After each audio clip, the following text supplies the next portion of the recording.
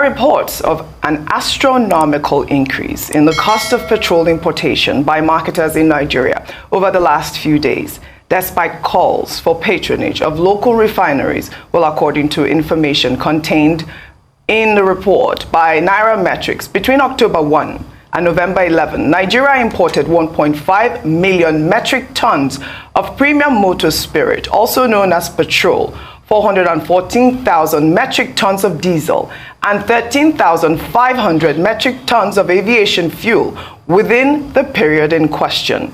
These volumes translate to more than 2 billion liters of petrol, 500 million liters of diesel, and 17 million liters of aviation fuel, with a combined cost of close to 3 trillion naira. This continued importation raises concerns about the...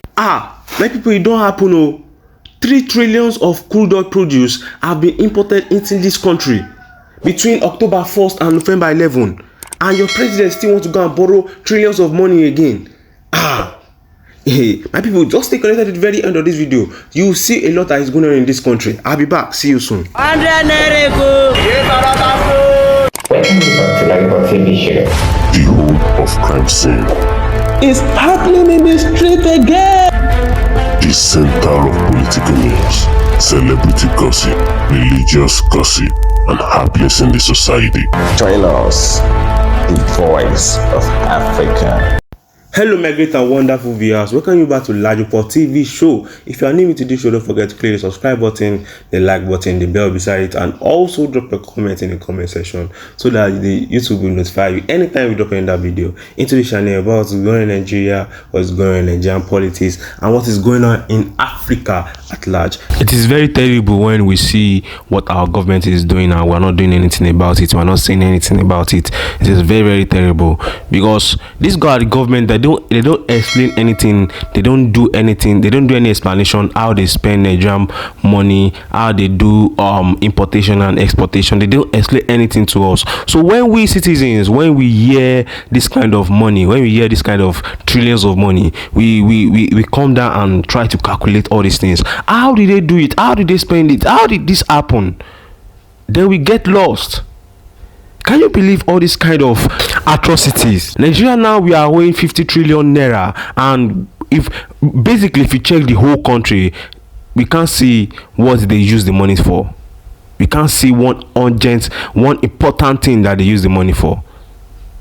If all this country that that we are owing now say that they want their money back, how are we gonna pay this money? How are we gonna pay? It is very, very annoying when you see what is going on in this country, and you just be wondering that how is this possible? People, just stay connected to the very end of this video so that you will understand what I'm saying exactly.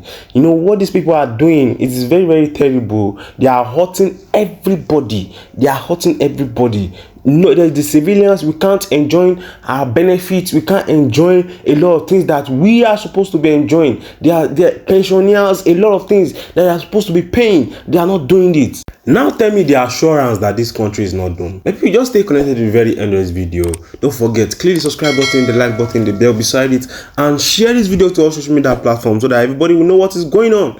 I'll be back. See you soon.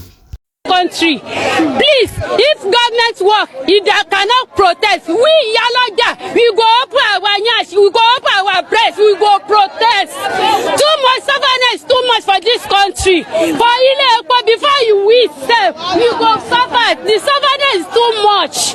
Please, man, find solution for this things. It's too much. Gary 2,000 naira. Since when my father bought me, I did not buy 1,000 naira pence of Gary. There's is 2,000 naira now. It's too much. The savannah is too much. Even say the rice, the Rika one rice up to 1,200 naira. For what reason? It's too much, to buy me. We are just approving a borrowing about 2.2 billion to fund the budget. What budget if we are not secured? It's very, very important. And that's why, Mr. President, I will have to appeal to you to speak by giving the facts. Just continuing from where distinguished Senator Kakeshe stopped. In Chad, that is one of the black spots. We have joint task force already, but they are not equipped. They are not well trained. They are not motivated. In fact, the joint task force is headed by a Nigerian from Yobe State, General Yusuf. Now, what happened was actually all this while they know the line. They have like a border with the Chad Republic, and they never go there. When they went there and killed their people, the president led the operations, and that was what led to their success. And they moved over, and the first target is to dislodge our military around that Kereto and cut it away. In terms of replacing what the Chadian president led and recovered from them. What we need to do is still the same, sir. The Chadian government led the operation by their president. We are not saying that we should do that, but there should be a special operation, because this problem is cancerous and is expanding. We are talking about them in Sokoto, Kebbi now. We are talking about them in Niger. They are going to Plateau. They are drawing the second cycle. The main purpose of government is security and welfare of its citizens. It's there in our constitution. We cannot change it. So everything should be focused on security. Because if we say it's Borno today, and we need to discuss it slightly, saying that we should talk about it in 2 minutes, it will one day get to Kano. God forbid. But it tried to get to Kano. The Kano people stood up. That was how Kano is still standing. If not, the late Ado Bayero was nearly killed. So, Mr. President, this is an occasion where the Senate must be responsible. We should stand up to the occasion and demand. The last president, the Senate president before, Senator Amelan, during his tenure, three times, we set up a committee. And at one time, we invited everybody. We pushed, and you were the chairman appropriation then, and we pushed the government to approve 809 billion to procure the Tucano. But it was wrongly used. You went and procured Tucano while we needed attack helicopters. If we have attack helicopters around that area now, this Boko Haram will not even go there, because the Chadians went there with only 2 attack helicopters. Right now, the joint task force you are talking about have only 1 helicopter. So the Senate should, the mover of the motion should amend this motion, and let's be blunt about it. Let's ask the government to do the right thing. And I'm sure that if we tell the president what to do, he will do it. He will do it. So let us stand up and say that we are just approving a borrowing about 2.2 billion to fund the budget. What budget if we are not secured? So, Mr. President, I'm sorry, I've taken much more time, but let us take this thing more serious. It can be done in 1 week. It can be done. Thank you very much. Reports of an astronomical increase in the cost of petrol importation by marketers in Nigeria over the last few days, despite calls for patronage of local refineries, well, according to information contained in the report by NARRATION. Between October 1 and November 11, Nigeria imported 1.5 million metric tons of premium motor spirit, also known as petrol, 414,000 metric tons of diesel, and 13,500 metric tons of aviation fuel within the period in question. These volumes translate to more than 2 billion liters of petrol, 500 million liters of diesel, and 17 million liters of aviation fuel, with a combined cost of close to 3 trillion naira. This continued importation raises concerns about the impact on Nigeria's local refining sector, particularly with the operational Dangote refinery. Now, to have a perspective on this, we're now being joined by energy expert and economist Kevin Emmanuel. Good morning, Kevin. Good to see you on the morning show, and thank you for joining us. Oji, good morning. Thank you so much for having me. Fantastic. Well, Kevin, last week, NNPC made a U-turn on ending importation. The company's spokesman said that its group head, Mele Kyari, did not explicitly say that NNPC has stopped importation, although it is on record that during the NIP conference, Kyari did say that NNPC does not import any product and are only lifting petrol from domestic refineries. So Kevin, it does beg a belief that or to even see the statement from the NNPC spokesperson saying that the company never claimed that it would cease importing petrol into the country, but are prioritizing the patronage of local refineries such as the Dangote refinery. Now, Kevin, if NNPC is saying that it still imports petrol to supplement local supply, are they saying that there is shortage of petrol in local refineries? Isn't it true that only recently, the Dangote refinery reported that it holds over 500 million liters of refined products in its reserves?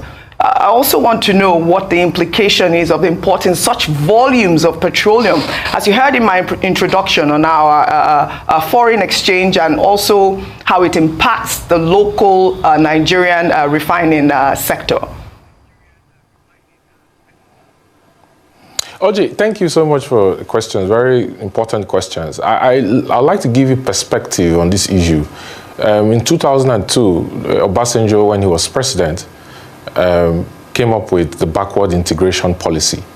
And that has led to backward integration for several sectors of the economy. And petrol and white fuels, non-transportation fuels, the imperative to have a functional refinery after what Shell and British Petroleum completed in 1989, that has been moribund and has taken about 12 trillion naira in turnaround maintenance. Specifically between 2019 and today, $4 billion has gone down the drain for a rehabilitation of 210,000 barrel processing capacity of Port Harcourt refinery.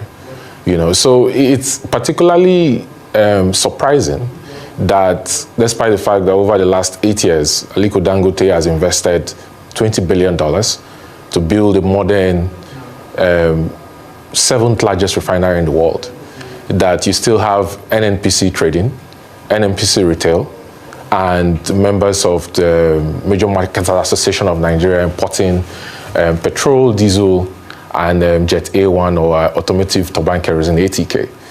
Look, Oji, if you look at what happened in New York when the Nigerian delegation went for the World Bank IMF group meetings, I saw a video where the Deputy Governor for Economic Policy, Mohammed Datijo, was taking questions from global investors on the economy. And one particular question they asked him, they said, what is Nigeria's net external reserves? Okay, Nigeria's net external reserves is basically your FX holdings with external asset managers, less all the encumbrances or debts or liabilities that you have on your balance sheet. And the deputy governor at the CBN couldn't answer the question. The CBN keeps telling you they have $40 billion, but they can't answer the question, net external reserves. And so you begin to imagine that if you have very much encumbered net external reserves, which in my own personal estimate is no more than $6 billion US. Yeah, you barely have net reserves to take up to 12 months of your balance of payment obligation.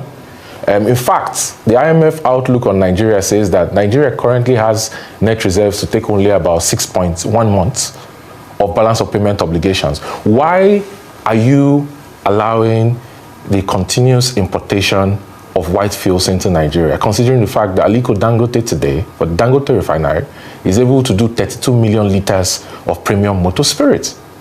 This is the question that we need to ask.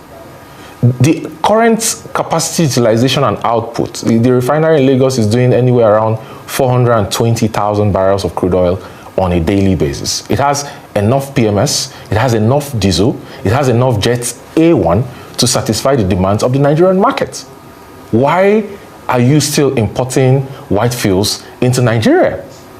The recent data, Oji, that came out shows that landing to Nigeria for November, or late October, November, you have NNPC about anywhere around 687,000 metric tons, and the marketers anywhere around 847,000 metric tons. When you put it together, it comes to anywhere around 1.53 million metric tons of PMS you're landing into Nigeria. Now, you go back to the Petroleum Industry Act, sections 317, 7 to 8, that says that if the domestic refiner has the capacity to satisfy the demand of the local market, the regulator, NMDPRA, is not supposed to grant import permit license to other players to bring in products into Nigeria, and they should collapse their structure into collecting product from the refinery in Lagos.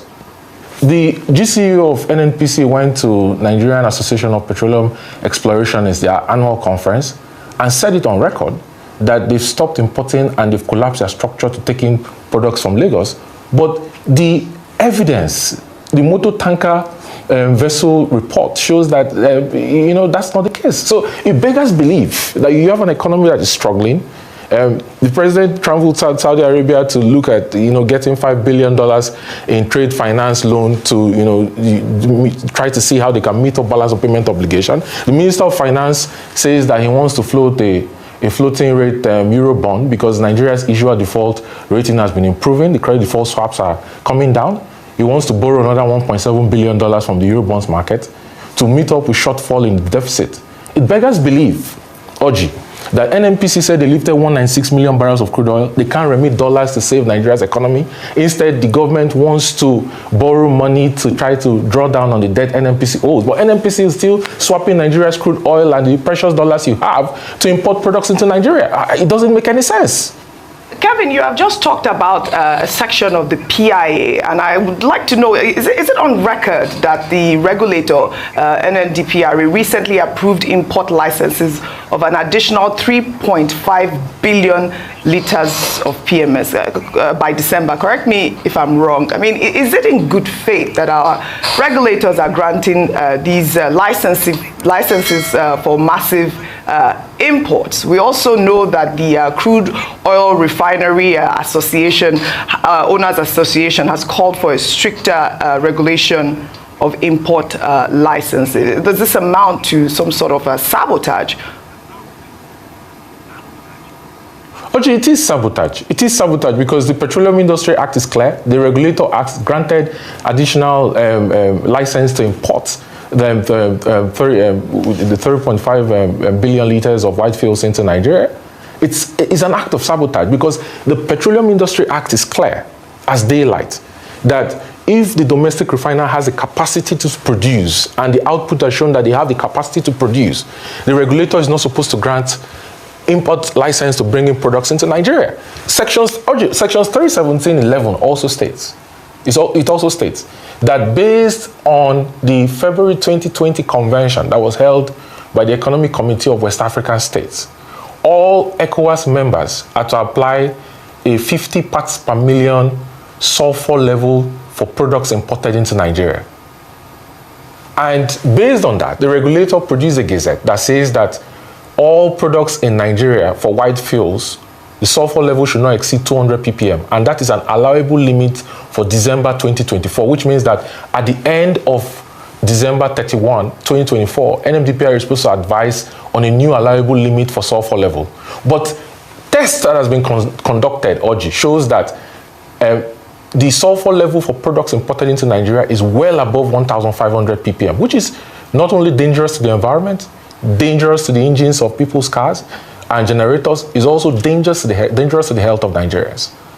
Does NMDPRA actually have a standard lab as specified in their gazette to test products that are imported into Nigeria? Not even only you are giving contravening sections 317.78 of the PIA. Do they actually have a standard lab to test the products they bring into Nigeria and how it impacts on Nigerians? Do they have it? So clearly this is an economic sabotage, and clearly some people are not happy that the Dangote refinery in Lagos exists. All right, Kelvin, let me follow up on what you have established, and I like the fact that you're going to the route of economic sabotage. But then, have you sufficiently examined the impact of pricing in all of this? And in doing that, I would like you to listen to what Femi Shone, the spokesperson of NNPC, said in clarifying what the GCU of NNPC said regarding why importation had become sort of permissible at this point. Let me read what he said to you. The GCU's statement should not be construed to imply that NNPC is obligated to be the sole off-taker of any refinery, or that we will no longer import fuel. While NNPC prioritizes sourcing products from domestic refineries, this is contingent upon economic viability, keyword economic viability. And then he went on. He said if local supply is cost-effective, it will be preferred. But the same principle applies to other marketers who will also evaluate total cost when deciding whether to buy locally or to import. This is what Femi Shone said in clarifying what his boss said. Do you think that this constitutes sabotage to what we have in the Dangote refinery? And if we are concentrating on Dangote refinery, why are we not reminding NNPC, for example, about the 4 refineries at his own disposal that nobody is talking about after a series of promises that they will be ready, that at least 2 of them will be ready by September? Maybe because costing and pricing are part of the issue. Maybe if those refineries are working, the reason why the marketers are complaining about the pricing from Dangote will not have a reason if there were alternatives from NNPC. Kelvin. Okay, so very important question you asked. But first of all, let us go to the industry and then the reports over the last 5 years. And let's look at the products that they've brought into Nigeria, okay? And let's consider the fact that NNPC has quoted a premium landing price for landing PMS to Nigeria for substandard quality products. If you go to the international market and you speak to any expert in midstream and downstream, they'll tell you clearly that the price of PMS is determined by the quality or grade of the PMS that is being refined. So unleaded 10 ppm, unleaded 50 ppm, unleaded 200 ppm comes at different prices. There are different grades of petrol. Then there's a question of you taking off-spec petrol and blending and curing with naphtha condensates or methanol, right? So can NNPC categorically tell Nigerians, based on empirical evidence, because I like facts and data, if an external forensic audit, and I'm very particular about the word forensic audit is done on the quality of products and the balance sheet of NNPC, can they categorically tell Nigerians that the landing price they've quoted for the product that has been brought into Nigeria over the last 5 years since 2019 is equal to the quality of products they've brought into Nigeria? The answer is no. But if that forensic audit is done, will it show that the landing price they've quoted to the Nigerian government that has led to record subsidy at the time petrol subsidy was taking about 25 to 30% of the Nigeria's budget, and then the president last year said he was going to decouple it. He removed it from Nigeria's budget, and instead he transferred the burden to NNPC. NNPC started deferring the cost of subsidy from their revenue that was supposed to be remitted to Federation account. Can they authoritatively say that the landing price is quoted to the government and that has led to the deferring of costs on their balance sheet that caused them to declare profit and then came out and admitted a few weeks after that they don't have the profit they've declared is equal to the quality of products they bring into Nigeria? The answer is no. Can you put Dangote refinery white fuels side by side with the imported white fuels and say they stand hand to hand? The answer is no. The truth and reality is that for the 10 ppm unleaded petrol and diesel that Dangote is offering to the Nigerian markets, you can see that even there are 7 countries that are currently, doing preliminary talks with the Dangote refinery about, the demand is anywhere around 95 million liters per day for these 7 countries, including Ghana. Ghana spends about $400 million a month importing white fuels. Yep. Can NNPC say that the quality of products they bring into Nigeria is good for the country and can stand side by side? The answer is no. The Dangote refinery has the capacity to solve the demand of white fuels in Nigeria. So why is it that, the people who complain about monopoly, the independent marketers, not Ipman, because Ipman recently started a commercial contract and some of them have started taking products from the Dangote refinery? Yeah. Why is it that they are not able to coalesce together, bring capital together, build a refinery in Nigeria and compete with Dangote? Why? Does it make sense that we have a situation where the regulator is siding with marketers to bring in products that cannot be verified, the quality cannot be verified, because the regulator does not have a standard lab as specified by the Petroleum Industry Act, yeah, to compete against a refinery that is producing standard products that is in demand by other African countries and is sold all around the world because it meets quality specifications for regulators all around the world? Is it fair? It's not fair. There is a law. That's why the Petroleum Industry Act was enacted. It's very specific and plain. So I'll say this to you. If the regulator insists, right, that they want to keep importing products into Nigeria, let them at least comply with what the PIA says of 200 ppm for sulfur. Let us see if they'll be able to compete on price with Dangote. I'll tell you this again, okay? The pricing framework for PMS, first of all, you have Platts. It's a global system that is used because I'll tell you, out of the 420,000 barrels of crude oil that is refined in Lagos, anywhere around 70 to 80% of that daily feedstock is paid for in US dollars. Contrary to the so-called Naira-based crude oil swaps that is not actually being implemented. That program is not being implemented. The compliance rate of that Naira-based crude oil swap is anywhere between 20 and 25%. So it's inconsequential.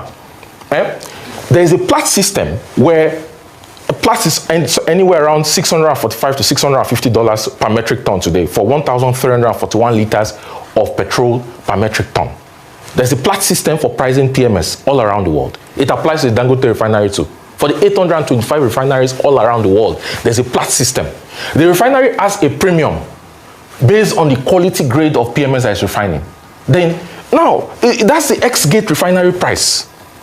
Dangote doesn't have control over that pricing system because it's a global template for refineries all around the world. So the major bone of contention and the reason why the PMS price is not as low as Nigerians will want it is primarily because your exchange rate has been dropping. And exchange rate is dropping because the little dollars you have and the little dollars that have been remitted from NNPC for selling crude oil abroad and remitting that money to Federation account, NNPC is using it to import products that the quality cannot be verified. So the bone of contention here is your exchange rate. But if you put it at par between Dangote and the imported fuel, Dangote pricing still beats the imported products. The quality of Dangote still beats the imported products. And I'm challenging NNPC and DPRA to come forward and prove otherwise. They don't have evidence. Okay. They don't have any evidence. Thank you for staying connected to the very end of this video, my great and wonderful viewers.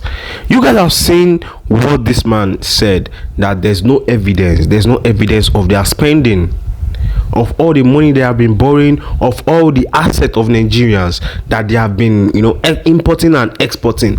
We don't have the evidence. The blue mark of all this spending.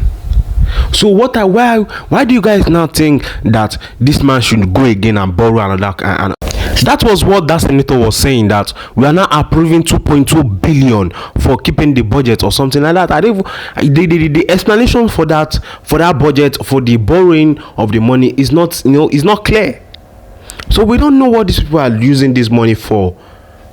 They are just borrowing this money, keeping it into their own pocket, and EFCC, they will come out and say they are doing their work. The money that Buhari collected from all these governors, from all these, all these politicians. Then when he entered as the president of Nigeria, then where is the money now? What did they use it for? We don't know. And the treasury, if we are saying we should go into the treasury and get this money, we don't trust Nigerian government to do that. Are we so sure they are not even going into the treasury of Nigeria and stealing money there? Believe me, it is very, very confusing when you say you want to calculate all this money, all these trillions of money, billions of money. I'm just hearing billions, and trillions. How is this? How do we get here? Thank you for staying connected to the very end of this video. I believe you got something, you understand a little bit of what is going on in this country. So always stay connected to LAJUPOG TV show and share this video to all social media platforms. Don't forget, click the subscribe button, the like button. See you in my next video. God bless you and God bless Nigeria. Thank you for staying connected to LAJUPOG TV show. I believe the message for you bless you and impact you. So what we do on this channel is to bring to you prophetic words to men of God in America and outside America, from the pausing of Judy Green and Christmas to the dancing of Bullock and Clement and all of that. So we'll update you with undiluted words from them and also their prophetic words. And guess what? Many of these prophecies are really coming through. So just ensure you subscribe to this channel just to get more of the prophecy in pure time. Guess what? See you in my next video.